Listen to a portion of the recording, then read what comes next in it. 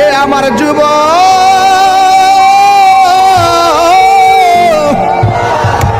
কি দিয়ে বুঝাবো কবরটা কেমন ডেঞ্জারাস? কি দিয়া বুঝাবো মরণটা কত কঠিন? কি দিয়া বুঝাবো তাহিরের একটা দিন চলে যাওয়া মানে হলো আমার জীবন থেকে চিরদিনের জন্য দিনটা চলে গেছে। কোটি টাকা দিয়েও এই ঘন্টার সময়টা আনতে পারতাম না। এখন আমি শ্বাস ফালাইতাছি, একটা টাকা বিল দেওয়া লাগে না। নদীর পারে হাওয়া খাই, বিল দেওয়া লাগে না। পল্লী বিদ্যুতের ফ্যান বাতাস খাইলে বিল দেওয়া লাগে। আইসিইউতে ঢুকা গেলে দিনে 50,000 টাকা গোনা লাগে। আমার আল্লাহ যে কত নিয়ামতের বাতাস আমরারে ঢুকাইতাছে, বাইরে কইরাইতাছে, একটা টাকা বিল নেই না।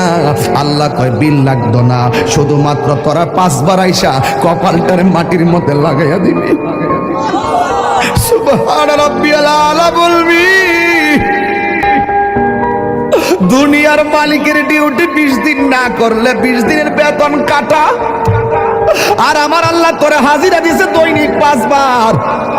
1 মাসও হাজিরা দেও না, 2 মাসও দেও না, মাঝে মাঝে সিটারি হাজিরা দাও। কিন্তু আমার আল্লাহ ইচ্ছা করলে তোমার গলার মধ্যে কাটা লাগাইয়াও আমার আল্লাহ রিজিকটারে বন্ধ কইরা দিতে পারে। এরপরও আমার আল্লাহ রিজিক বন্ধ করে না কেন জানো নি?